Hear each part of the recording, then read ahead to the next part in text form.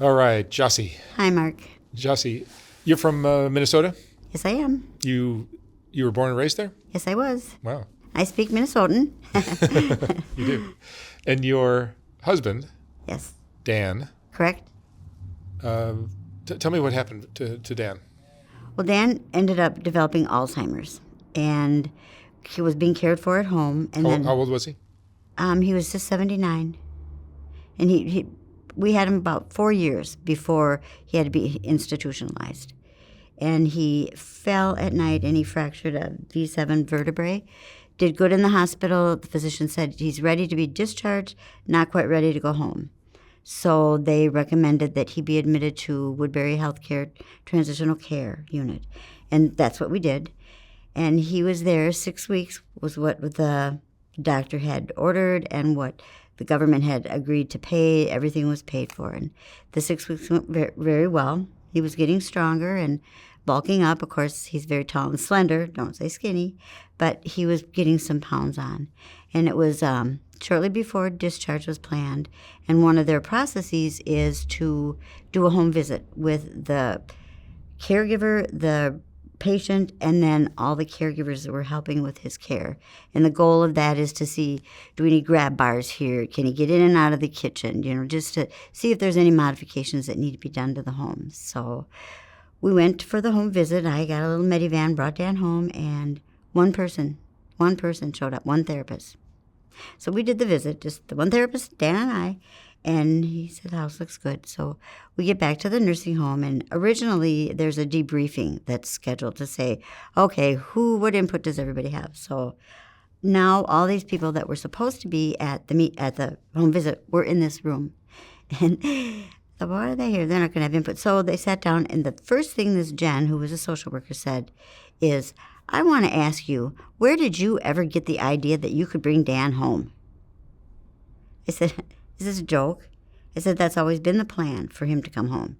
She said, well, no one in this room thinks that he can go home. And she said, as a matter of fact, what I'd like to do is have each of the disciplines explain to you from their perspective why Dan can't go home. I said, wait, we're going to stop right now. I said, because first of all, this is the first time anyone has said that to me. And then I looked around the room. I said, you guys, we've been working together every single day. Did anyone here say to me, Dan can't go home? No one did. And then it was funny because, they're averting their eye. They wouldn't look at me. They wouldn't make eye contact. I said, so this is the first I've heard of it, and it's very inappropriate to be talking about it here. So I said, Dan and I are going to leave this meeting, and we're going to go talk to Mary, who at the time was the director of patient care. So we went and talked to Mary, or I went and talked to Mary, and that was a back and forth, like 3 or 4 days. And final answer, she says, he can't go home. And I said, well, you know what? He doesn't have funding. She said, don't worry about it. I was afraid you'd say that. So I took care of all the funding, sent all the papers in. Dan is completely funded. All you have to do is call your worker at the county. Let her know that I'm backing out and you're just going to be at the reins. So he gets into the long-term care, and I was not happy about it, but what are you going to do? Oh, and then I had told her I was going to bring him home, and she said to me, I understand. If you think that's what you need to do, then you can take him home. I said, but there's not a discharge order. She said, well, you can bring him home. I said, no, I'm not going to bring him home AMA. And I said, and besides that, I can't get his medications. I can't get any of that set up if the physician doesn't write a discharge order. So then she says, well, I don't understand you want to bring him home. She said, so we'll see what we can do, but I want you to know I'm a mandated reporter, and if I think one of my residents leaves and is going into an unsafe situation, I have to report it. She said, state might decide to come out to your house Sunday night, and they come in and Dan's in bed, and now since you put him in bed, he's gone poop and he's peed. They're going to say, boy, what kind of care is this guy getting? And you could be charged for negligence to a vulnerable adult. I said, I hate to see that happen. I'm thinking, would she really do that? Would she do that? And so then I got scared. I mean, she had the power, and I was just this little person. So that was one of the other reasons I kind of just backed down. So then he goes into long-term care, and the first thing I try to do is, not the first thing, but find out about the funding, where that's at. And I couldn't get a hold of Michelle. I left her a message. She never called me back. So I went and figured out how to get online, and he had no funding. Nothing was done. So I started figuring out what all the papers had to go in, and I worked on that. And then it's like I know I just sent this. Why are they asking for this again? So then I talked to Ann, who was in their finance department. She said, let's do this. You bring down what you send in. I'll keep track of it. And she said, I know these people. So together we'll make sure they have everything. We can get everything set up for you. I said, great. Okay, that's wonderful. Well, funding never got set up. And I got called into a meeting with finance. And it was like November 15th. And they had an invoice there that was issued November 7th. It was given to the nursing home, never given to me. It was given, the county issued it, gave it to the nursing home, never gave it to me. And it was for $33,000. And this is Friday afternoon. And I was told by Mike, who's one of the administrators, that I had to pay that invoice by the end of business that day. And if I didn't, they would start process for discharging Dan. And if I didn't pay, what he said he was going to do is have me declared incompetent. And once I'm declared incompetent, he would have me classified as a vulnerable adult. Once I'm a vulnerable adult, he would come in, he would take over all our finances, and he would make sure that the nursing home got paid. I said, you have no grounds for this. And I said, I won't speak to you anymore until there's another administrator here and my power of attorney's here. So that ended it. $33,000. Anyway. So my son ended up having to have surgery. I was there every day with Dan. I just had to be. And I wasn't going to be there on Friday, the 2nd of January. I had everything set up so that they knew where I was. I wasn't going to be there, all this kind of stuff. And I called, checked in, everything was fine. When I got home Friday night, I called, everything was okay. Then Saturday morning, I thought, I didn't check my house phone mail. I better just check it, what the heck. So I checked, and there was a message from one of the staff members, OJ, who said that my husband sustained a 1.5 to 1 inch abrasion on his elbow. And he probably got it from fighting because he resists his care. Well, their specialty was Alzheimer's patients, and they do resist care. So I called back to the nursing station. And I said, and he said, it was bandaged, cleaned, everything is fine. So I called back to the nursing station and said, I just got this message about this bruise or abrasion. And she said, oh, yeah, I didn't mention it. But yeah, it's been cleaned. Dan's out there eating breakfast. It's, it's covered. Everything's fine. So I said, okay, well, then I'll be in my regular time. I kind of started going like mid to late afternoon. I'd stay, help with dinner, and make sure he got tucked in and was asleep before I would leave at night. And so I got there, and it was probably about 3:30. And I'm in the waiting little lobby off the elevator, and I started to undo his shirt because I wanted to look at this abrasion. And one of the aides, who was a really good aide, Kumar is his name, and he walked by me pushing a patient. He did not look at me. He wouldn't make eye contact, and he says, Dan has bruises all over his body. And he kept walking. I'm like, what? So I take Dan to his room, bring him to his room, and then I saw Haley, one of the other gals, and I said, can you help me with this? And she said, yeah.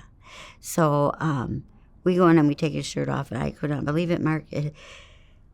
The bruising that was there, it literally looked like someone tried to strangle him. You could see what I thought were finger marks on the back of his shoulder. You could see what looked like a thumb mark here. There were bruises there, and it went all the way down his back. I mean, I was appalled. I couldn't believe it. So I luckily had my phone, so I took pictures of these bruises, and I said, yeah, what's going on, Haley? And so she said, I'm going to go to the desk. I'm going to let the on-call or the duty nurse that's on tonight know what's going on.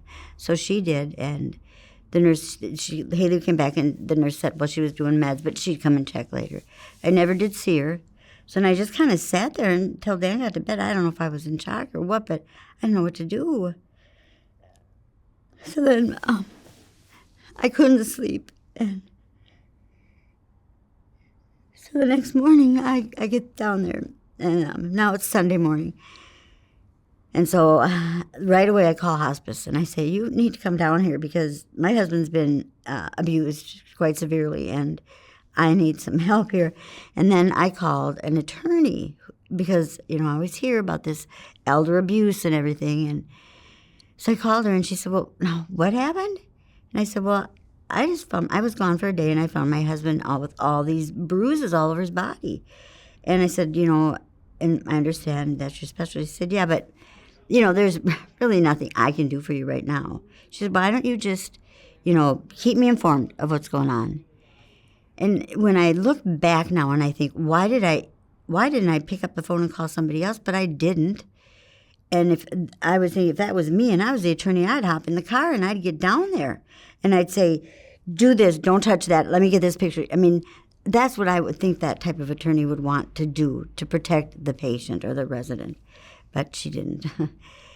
So then I wanted Dan moved, and the funding hadn't been resolved. Well, after the fact, I found that the Vulnerable Adult Act says that he should be moved immediately. It doesn't matter if there's funding. There should be emergency beds available for him. And it shouldn't have ever been my decision to say yes or no. The other thing is they should have initiated the Vulnerable Adult Act the minute that they even suspected abuse. The police should have been called in. The Minnesota Department of Health should have started an investigation. All these things that it's very clearly stated in that statute. None of them were done. As a matter of fact, no one ever did an investigation. But I'm jumping ahead. So Sunday morning, he's out there eating, and one of the other nurses comes, and she's sitting with Dan, and he's having trouble swallowing. He can drink his fluids, but he can't swallow his food. And she did have that charted. And he was very painful, and they discontinued all of his medications, and they switched him over to morphine every hour plus every 15 minutes as needed for pain. But the charting says, he's not having any pain, no ramifications of it. And then on Tuesday I was there because I didn't leave, and he was sitting there and he just went flaccid, literally collapsed and started sliding out of his chair. And the nurse, there was another nurse there. I said, "Oh my God, look at Dan's falling out of the chair." So her and I grab him, we put him in bed, and he never got back out of bed again, ever. And he was in so much pain. They couldn't touch him to turn him. Oh, he was so painful. And now Wednesday I'm there, and nobody seemed to know how he got all these bruises. Well, then Ellen, who is like one of the big manager ladies, says, "Guess what, Josie? I figured out what happened to Dan." I said, "You did? Good." She said, "Yeah. Apparently Saturday evening he was in the wheelchair and he slipped out. And luckily I saw it on our surveillance tapes." And I said, "Oh, good. Can I see that tape?" And she said, "Oh, you know what? We loop over our tapes here." She said, "What that means is that when we loop them, we tape over them."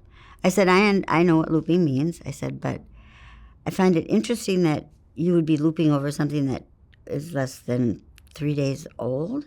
She said, "Well, that's just how we do it, so unfortunately I can't show you that tape." The funny thing is, the pictures I took happened to be at the very time she said that he was slipping out of the wheelchair. He was already bruised up at that point in time. And the second thing is, he wouldn't sit in the wheelchair. He walked up and down the halls, day in, day out. When I'd go to visit him, I'd be pooped. It's like, "Come on, can we just sit down for a little bit?" No. Because so he didn't. I had to make him sit down to eat. He didn't sit. So I mean, that was an outright lie. And then he died on the 11th, 7 days after this injury, and no one admitted that it happened. No one filed any type of report, and I filed a mark. And according to what it says in all the guidelines, I should have been called. And then interim said they were going to file a report. Everybody, should have filed a report. But no one did, and I only know that for sure because one of the medical examiners said, "Yours is the only report we ever saw." And in the report, the person that's responsible for that adult has to be notified. And I was Dan's spouse. I was his power of attorney, and I was his healthcare agent. So I would have been called. I was never notified, never. So then he dies, and I go through the mechanics of doing a funeral and all that kind of stuff. And then afterwards, I call this Susie lawyer back again, and she says, "Yeah, come on out. Come, let's meet." So, and I had gotten his chart, so I sent that to her, and then she said, "Let me review this, and then we can get back together." So then when we get back together, she said, "I looked at this, and I hate to tell you, but you don't have a case." I said, you're kidding, right? She said, no, you really don't. She said, because it's very, very difficult in these type of situations to prove anything. Okay, well, I took her at her word. And then she says, but here's what I could do for you. If you want, I can call the nursing home and I can talk to the administrator. I know him, Mike. And I will let him know that you have agreed, if they will pay you $1,000, you have agreed not to press charges. And I said, I don't want $1,000. I said, I want people accountable, and I want to know that whoever hurt my husband is not going to be free to do it again. And so I said, I don't want the $1,000. Well, after the fact, I'm thinking, I don't have a case, but why would they give you $1,000 so I don't press charges? But see, that's the other thing. I was so alone in all this. I didn't have anybody on my side to say, you should do this or you should do that. I would do things different now, but when you're in that situation, you don't think. Okay, so then when I met with her, I said no. So the way I left it, she said, well, that's what I can do. I said, but I'm not satisfied with that, so I'm going to contact some other lawyers, just so you know. So I did, and I don't know how the legal community is. I know the medical community is pretty close-knit, and people know everybody's business. And so I started calling around, and I would talk to the paralegal that would take the intake. And they're like, yeah, wow, really? Oh, your pictures? Oh, yeah. Let me bring this to the partners. I'll get back to you. And she said, this sounds something like right up our alley. And then I'd get a call back. Nope, we can't represent you. And this happened more than one time. Can you explain to me why? Nope. All I can tell you is we are not able to represent you at this time. But we recommend you try someone else. And I don't know if I can't say for sure, but it just seemed very strange to me that nobody would take my case. So it sounds like everyone's being paid off or something. I don't know, Mark. I don't know that community, but then I had another lawyer. Then I started going out of town, called Chicago, and I talked to some lawyers there. And I had a lawyer who, for some reason, got in contact with her because she's the local, expert on this type of case.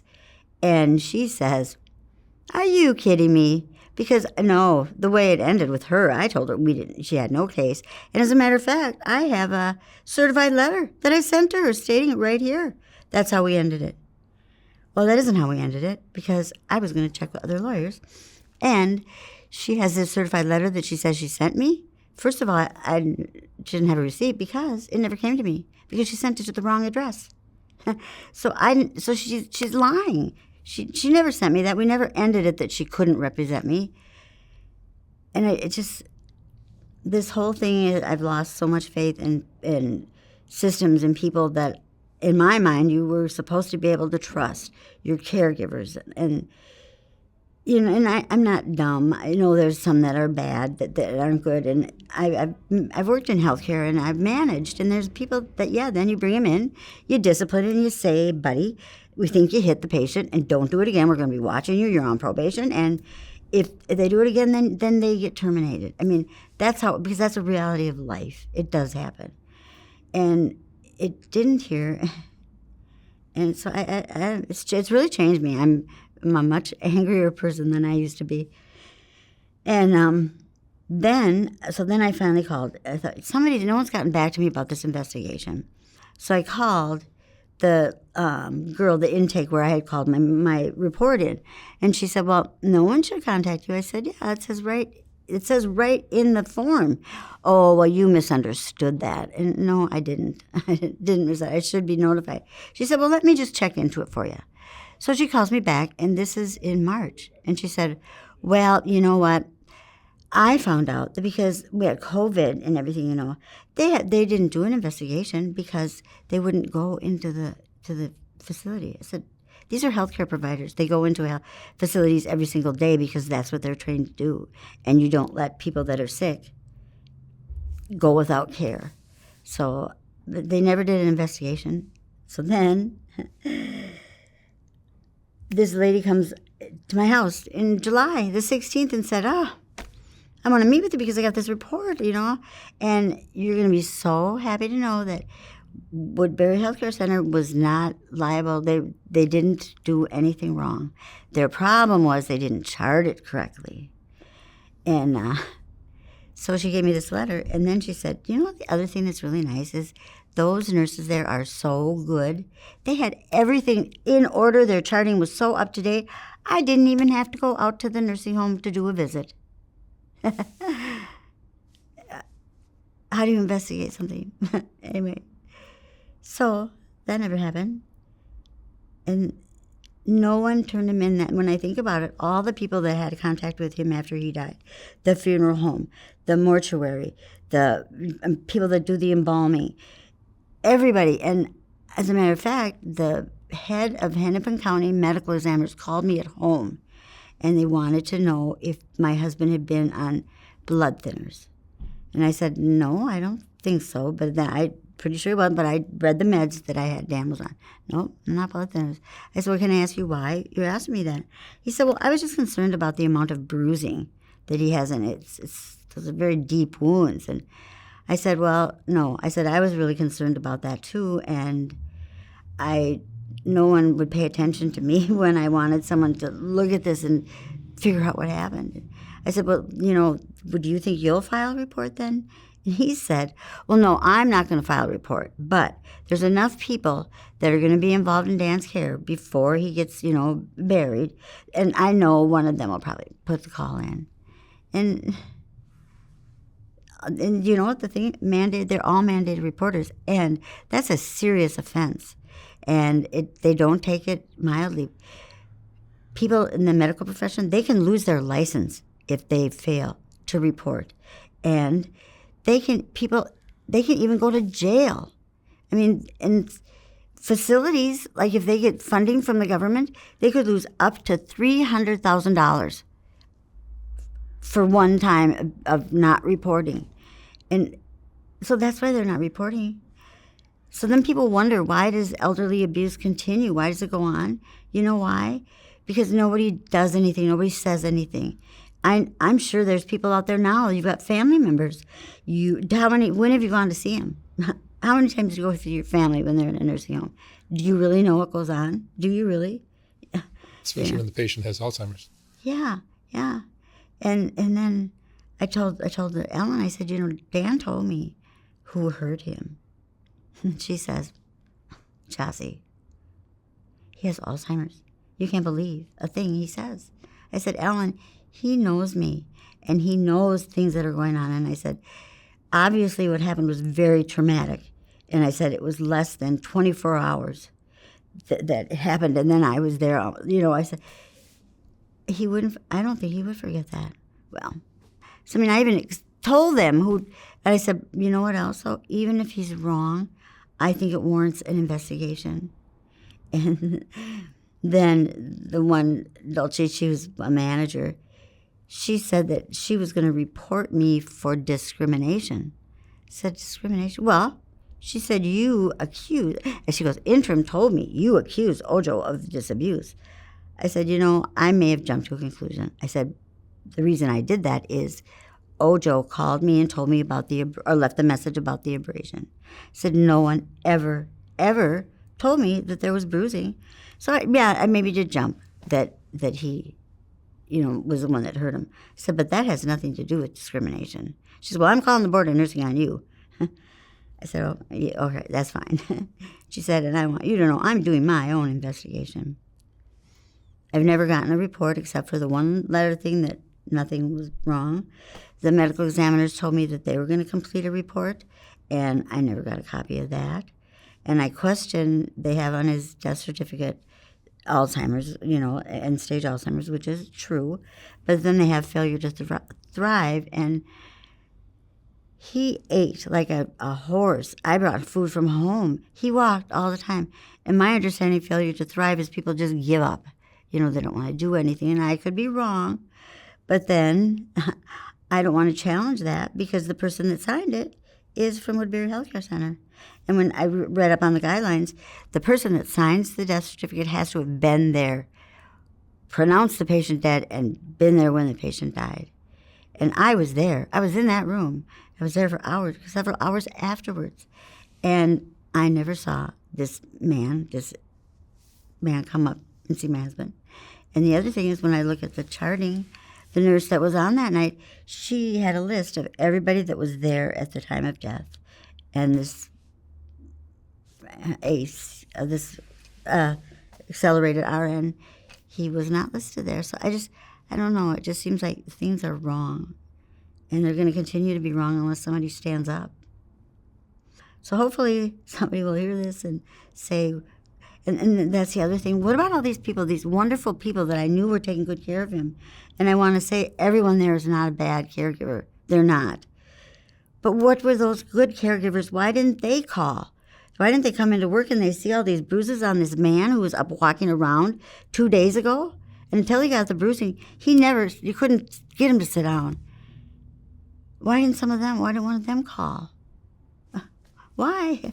I don't know. I can't change. Such a sad story.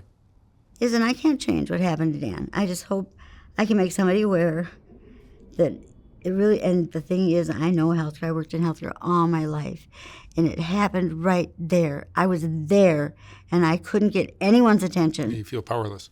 I was powerless, and I went through all of the right things, and that's the reason why I had been watching your channel, and I had always been really enamored because a lot of the people that you had interviewed were similar to friends I'd had or people I knew, but Dan's little thing didn't fit into the mold of what you were doing. And then on your channel update, when you said you wanted to continue making people aware of what's going on, because people aren't aware, you're right, and that you wanted to focus on broken systems, that was my opportunity, because talk about a broken system. Well, elder care is ripe with opportunities to get away with this stuff, isn't it? It is. And I don't know, it's sad, Mark. I don't know. I don't have an answer. Wish I did. Nor do I. I don't know who does. Someone. You need a group of people. Someone has to. Anyway. Well, Josie, thank you so much for sharing your story. Yeah, and how many months ago was this? Actually, it was 4 years in January. And sorry, I never could look at his chart until just a short time ago. And that's the other thing. There's a lot of inaccuracy. I kept a journal every day I was there. There's so many inaccurate things in that. And so discussion for another day. But it's like, keep an eye on your people you love. All right, Josie, thank you so much.